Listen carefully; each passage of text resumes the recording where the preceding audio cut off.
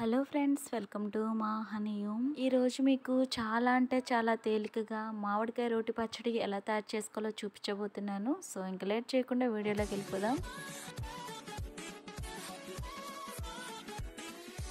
నేను ఇక్కడ ఈ సైజులో ఉండే మామిడికాయ ఒకటి తీసుకొని శుభ్రంగా కడిగి పైన తొక్క తీసుకొని మరీ చిన్నగా కాకుండా ఇలా మీడియం ముక్కల కింద కట్ చేసుకోవాలి. కొంచెం పెద్దగా కట్ చేసుకున్న మామిడికాయ ముక్కలు మొత్తాన్ని మిక్సీ జార్లో వేసుకొని అందులో 4-5 వెల్లుల్లి రెమ్మలు వేసుకొని నెక్స్ట్ అందులో 1½ స్పూన్ కారం మీరు తినేదాన్ని బట్టి వేసుకోవచ్చు. 1/2 టీ స్పూన్ పసుపు, రుచికి సరిపడా ఉప్పు.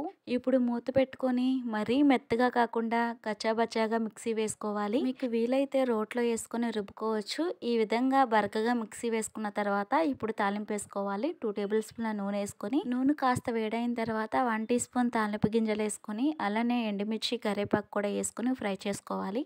తాలింపు ఫ్రై అయిపోయిన తర్వాత మిక్సీ వేసుకున్న పచ్చడిని తాలింపులో వేసుకొని తాలింపులో పచ్చడిని బాగా కలుపుకోవాలి 1 నిమిషం పాటు. ఇలా కలుపుకోవడం వల్ల మామిడికాయలో ఉన్న వగరదనం పోతుంది. అలానే మనం వేసిన పసుపు, కారం కూడా పచ్చదనం పోతుంది. ఇంకా 1 నిమిషం తర్వాత స్టవ్ ఆఫ్ చేసేసుకోండి. అంతే, మామిడికాయ పచ్చడి రెడీ.